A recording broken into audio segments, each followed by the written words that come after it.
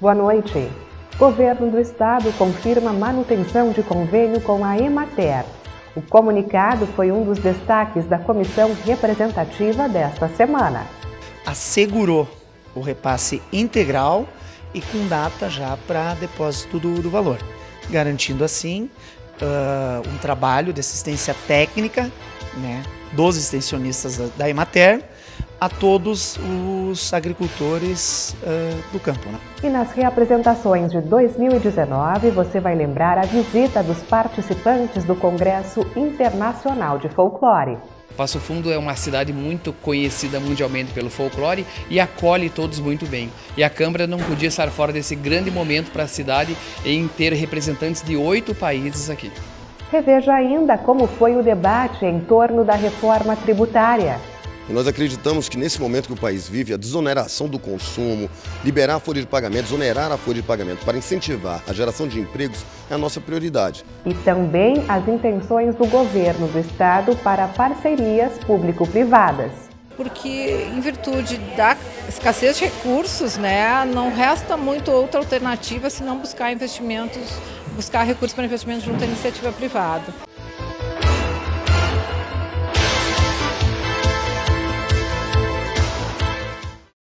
Começamos o Jornal da Câmara com um balanço da última reunião da Comissão Representativa. Durante o recesso parlamentar, o grupo é responsável pelo andamento dos trabalhos. Neste período, a Comissão Representativa realizou 4 encontros. Ontem, os parlamentares analisaram 10 documentos, entre projetos de lei, requerimentos, indicações e pedidos de providências. O vereador Leandro Rosso recebeu uma resposta do governo do estado. O comunicado fala sobre a moção de apoio à Emater, aprovada em dezembro. Os extensionistas da Emater me procuraram e eles estavam preocupados com um corte no repasse no valor de 25% num convênio entre o governo do estado e a Emater Ascar. Então a gente aqui mobilizou os vereadores, apresentamos uma moção que foi aprovada por unanimidade e a resposta veio hoje.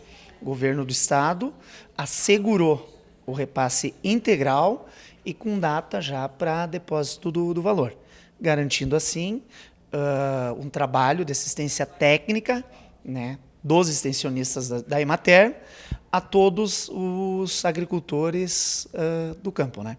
Então ganha a comunidade interior, ganha o nosso agronegócio e a gente vê a força que é uma moção de apoio, né, do parlamentar tem junto a um pedido da comunidade.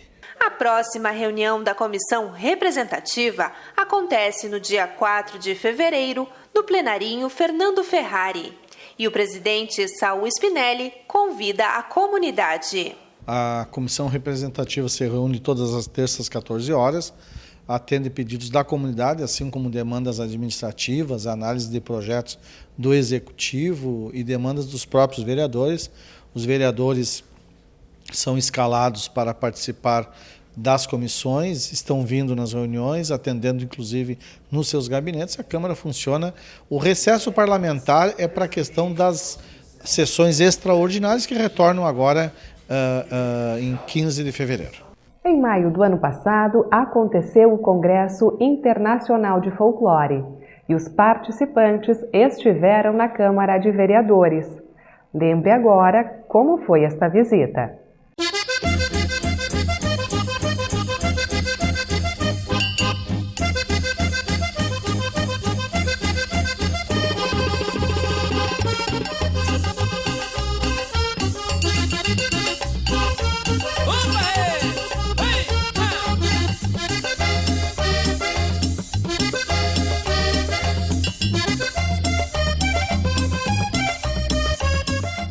Passo Fundo é uma cidade muito conhecida mundialmente pelo folclore e acolhe todos muito bem. E a Câmara não podia estar fora desse grande momento para a cidade em ter representantes de 8 países aqui. Não é a primeira vez, né, que a Câmara de Vereadores recepciona os grupos, o grupo de folclore, né, e hoje as duplas, né. Portanto, a Câmara sempre apoiou e apoia a cultura, apoia a tradição, apoia o folclore. E hoje nós estamos de parabéns por receber esses grupos. E agora, semana toda, aí, uma semana inteira de cultura, conhecendo a cultura de outros países e de outros estados. Então, o Passo Fundo está de parabéns por ser sempre protagonista na área do folclore. Aliás, cultura e tradição são bandeiras do vereador Fernando Rigon desde o início do mandato. Isso se soma também que o nosso gabinete, nós temos o Clédson Basso, né, que é uma pessoa envolvida no CTG, envolvida nas questões do folclore. Isso nos trouxe a possibilidade de nós sempre ter um tema sempre atual, um tema sempre que a gente pode atuar nessa questão de folclore, de tradição. Isso é importante, né? Porque é através disso que nós vamos tirar as crianças das ruas, da droga, da bebida. Então, acho que é importante. E é uma viagem que a gente faz, né? Isso que eu acho também importante. A partir que a gente, que nem eu, por exemplo, não conheço outros países, a gente acaba aqui recebendo outros países e tendo essa oportunidade de ver a cultura, seus costumes. Isso é muito importante. Somos privilegiados por pertencer a uma cidade como Passo Fundo, agitada culturalmente com eventos como o festival. Mas este ano foi a vez do Congresso de Folclore voltar a brilhar e encantar gerações.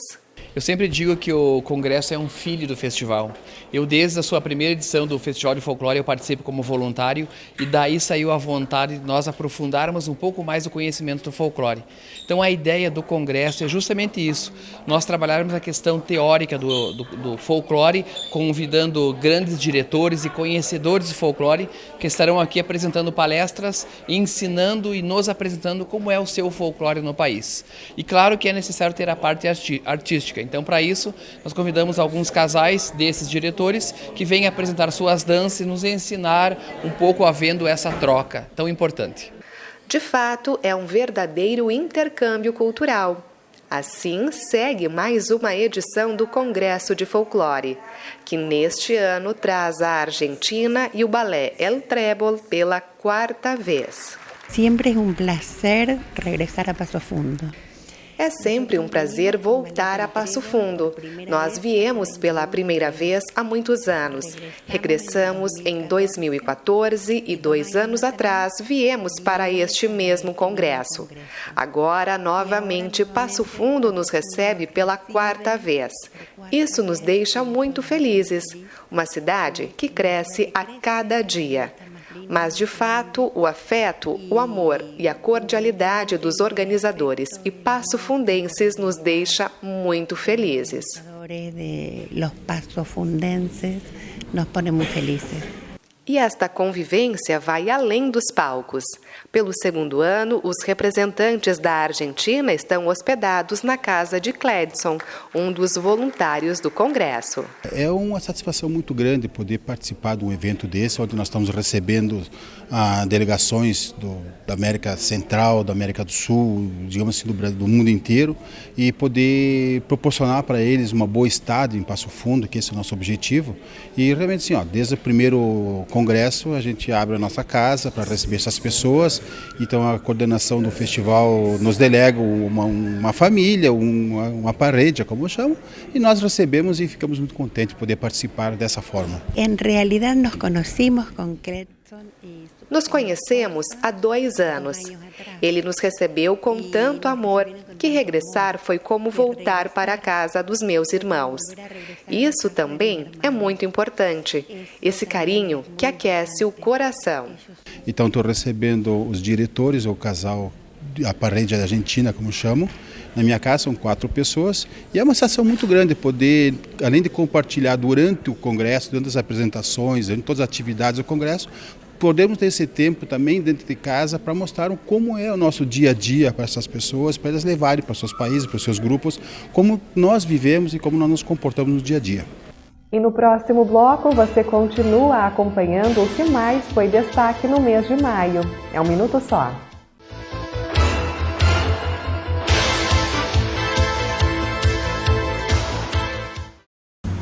A gente é assim.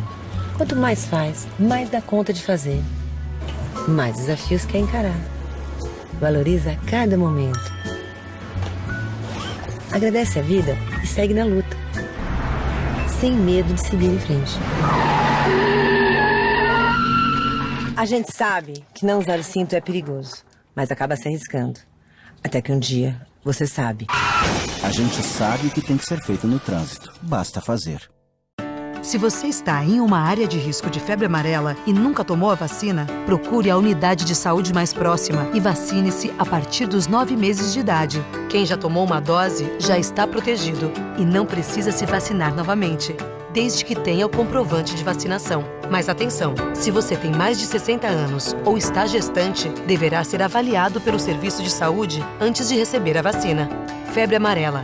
Informação para todos. Vacina para quem precisa.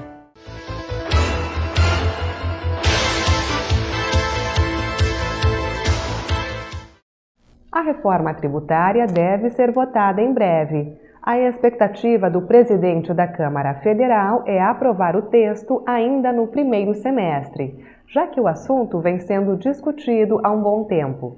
Aqui em Passo Fundo, uma audiência pública foi realizada em maio de 2019.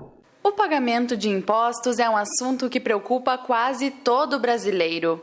A reclamação da grande maioria é que o valor pago, seja por empresas ou pessoas físicas, é exagerado. Por isso, a Frente Parlamentar da Câmara Federal defende a diminuição do número de tributos e a criação de um imposto único sobre bens e serviços. Quem explica é o coordenador da frente, deputado Luiz Miranda. A reforma tributária ela sempre foi discutida de forma muito genérica. Pouco se sabe do que é possível fazer e nós acreditamos que nesse momento que o país vive, a desoneração do consumo, liberar a folha de pagamento, desonerar a folha de pagamento para incentivar a geração de empregos é a nossa prioridade. Então, a Frente Parlamentar Mista da Reforma Tributária, na qual eu presido, o objetivo dela é exclusivo a esse. É claro que nós precisamos apresentar para os parlamentares, e não só para eles, para toda a comunidade, quais são as alternativas que nós possuímos para tapar esse buraco da desoneração do consumo, que hoje nós estamos em segundo lugar com a maior carga tributária sobre os produtos e serviços do mundo. Para você ter noção, em medicamento, nós temos a maior carga do mundo em medicamento, algo tão sensível que normalmente quem precisa desse medicamento, que não possui um plano de saúde de boa qualidade, que banca os remédios, é a população mais pobre. Então, como a gente pode esperar um país justo, um país que cuida do seu povo, quando que metade do seu salário, um assalariado ganha um salário mínimo, está indo para impostos? Então, esse é o sentido, é isso que a gente quer apresentar, quais são os projetos, quais são as ideias, o que já tramita na casa, o que é possível ser feito ainda esse ano. E o deputado federal Ronaldo Santini, que representa o Rio Grande do Sul na frente parlamentar, também participou do encontro. Ele destacou a importância de dialogar com toda a população. Quando se vai trabalhar um tema dessa natureza, dessa complexidade, é fundamental que se ouçam aqueles que estão envolvidos diretamente no tema. Reforma tributária, sem ouvir empresários, sem ouvir tributaristas, sem ouvir contadores, ela tem tudo para dar errado. O que nós estamos protagonizando hoje aqui na UPF, a convite do vereador Patucci, do professor Patucci, é oportunizando que essas pessoas tenham voz e que possam externar aquilo que esperam da reforma tributária. Nós não viemos aqui com nenhum conceito formado, a gente mais ou menos sabe o que o Brasil quer, mas a gente precisa dessa certeza para sair daqui com uma proposta e levar até o Poder Central, até o Congresso Nacional, para lá apresentarmos emendas, alterarmos as propostas que lá estão e, dentro do possível, na medida certa, produzir uma reforma tributária que gere emprego, renda, desonere o consumo e possa fazer com que o Brasil volte a crescer e a se desenvolver. A Câmara de Vereadores de Passo Fundo também participou da audiência. O presidente Fernando Rigon disse que, dentre as reformas propostas pela Presidência da República, essa talvez seja a mais importante, já que, segundo ele, ela deve devolver às pessoas o poder de compra. Esse é um assunto que tem pautado as sessões da Câmara, né? Nós temos vereadores, empresários, vereadores que se preocupam com o tema. E hoje eu falava, inclusive, na tribuna, que entendo que a reforma tributária é mais importante, não, mais urgente do que a reforma da Previdência. A reforma tributária vai gerar empregos, vai gerar renda e, com isso, poderia diminuir os impactos da reforma da Previdência Social. Não há como nós temos justiça social sem a reforma tributária, sem uma reforma econômica. Isso é importantíssimo. E a Câmara de Vereadores tem feito seu debate e hoje vem aqui ouvir, participar, trazer o apoio da Câmara de Vereadores, dos vereadores, a essa urgente e importante reforma que é a reforma tributária. O vereador Márcio Patucci também esteve presente. Ele, que é professor de Direito Tributário, defende a reforma como condição indispensável para a retomada do crescimento do país. Pessoas têm uma convicção um pouquinho errada quando se fala em reforma tributária que vai aumentar consequentemente, a carga tributária. Não é isso que nós queremos. A proposta que está sendo planejada e que está sendo discutida há um bom tempo é que nós temos, por exemplo, a redução de alguns tributos sobre a base consumidora. Isso é essencial para que o país volte a crescer, volte a gerar empregos, volte a ter com que o seu setor produtivo seja muito mais proativo e tenha um protagonismo significativo para a retomada do crescimento econômico. Então, a UPF faz essa grande discussão com essa parceria da Câmara dos Deputados. A CISA, que representa os setores produtivos do município, foi uma das entidades apoiadoras da iniciativa e também é a favor das mudanças. Algumas pessoas, algumas entidades entendem que o objetivo principal seria a reforma previdenciária. Nós apoiamos também e vimos como extremamente necessário. Mas a reforma tributária, ela é necessária da mesma importância. Então, como que a CISA recebe isso?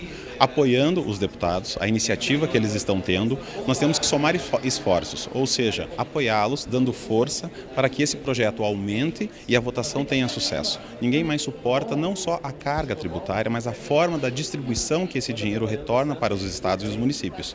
Então nós recebemos extremamente positivo essa ação deles e estamos aqui apoiando esse projeto. Qual é o grande problema? Nós nunca tivemos uma participação tão presente da população como está ocorrendo agora.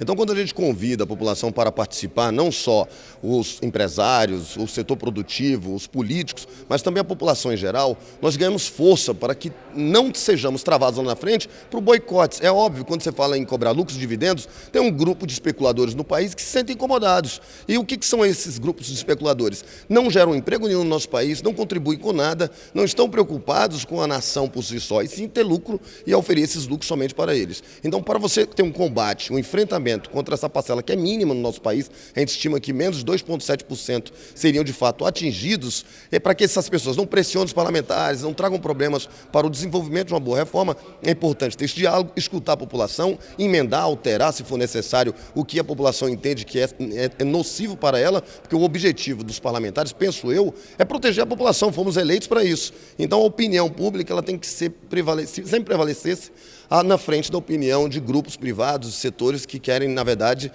ter um benefício exclusivo para eles. E outra audiência pública realizada em maio foi promovida pela Assembleia Legislativa. O evento tratou dos projetos sobre parcerias público-privadas, concessões e privatizações no Rio Grande do Sul. As informações técnicas foram trazidas por Maria Cristina Passos, representante da Secretaria de Governança e Gestão Estratégica do Estado.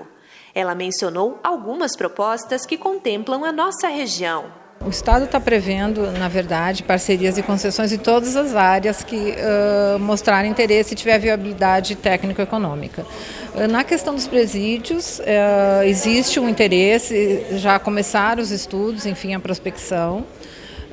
E em relação às rodovias, não só a 324, como existem outras rodovias potencialmente interessantes para concessão, como por exemplo a 285, que também corta Passo Fundo, porque em virtude da escassez de recursos, não resta muito outra alternativa senão buscar recursos para investimentos junto à iniciativa privada. O professor de Direito Administrativo da UPF, Giovanni Corralo, comentou os benefícios das parcerias público-privadas. Segundo o especialista, os instrumentos trazem economia aos cofres públicos e melhoram a qualidade dos serviços ofertados à população. São instrumentos através dos quais o Estado ele tem condições de atrair um investidor privado, porque o Estado ele vai garantir a este investidor que ele vai ter o retorno do seu investimento e, consequentemente, vai ter condições de prestar o serviço adequadamente. Nós temos duas modalidades de PPPs, que é a administrativa e a patrocinada, onde o Estado em ambas acaba por ser um cotizador do investidor privado. É o exemplo que pode se dar de uma rodovia onde não se tem a certeza de um fluxo de veículos suficientes para fazer com que se tenha o retorno do investimento e a própria manutenção aí do serviço. Bem, o Estado, através de uma PPP, ele vai num fundo garantidor, trazer esta garantia para o investidor privado. Ou então, na concessão administrativa, no caso de estabelecimentos prisionais e de escolas, onde o Estado vai, através da prestação do próprio serviço, fazendo o pagamento no decorrer dos anos para os investidores privados. O presidente da Assembleia, deputado Luiz Augusto Lara, reforçou o papel do Legislativo Estadual em priorizar a transparência ao promover audiências no interior. O político disse ainda que a opinião pública será levada em consideração na hora do voto. Com certeza, porque aí a gente não vai ficar lá só analisando entre quatro paredes, né? Nós estamos passando por aqui, estamos ouvindo, né? Estamos fazendo um caldo, vamos dizer assim, um acúmulo, para na hora que os projetos chegarem, nós termos aí condições de dar o melhor encaminhamento. Repito, o que nós votarmos esse ano vai ter efeito pelos próximos 30 anos na vida dos gaúchos, né?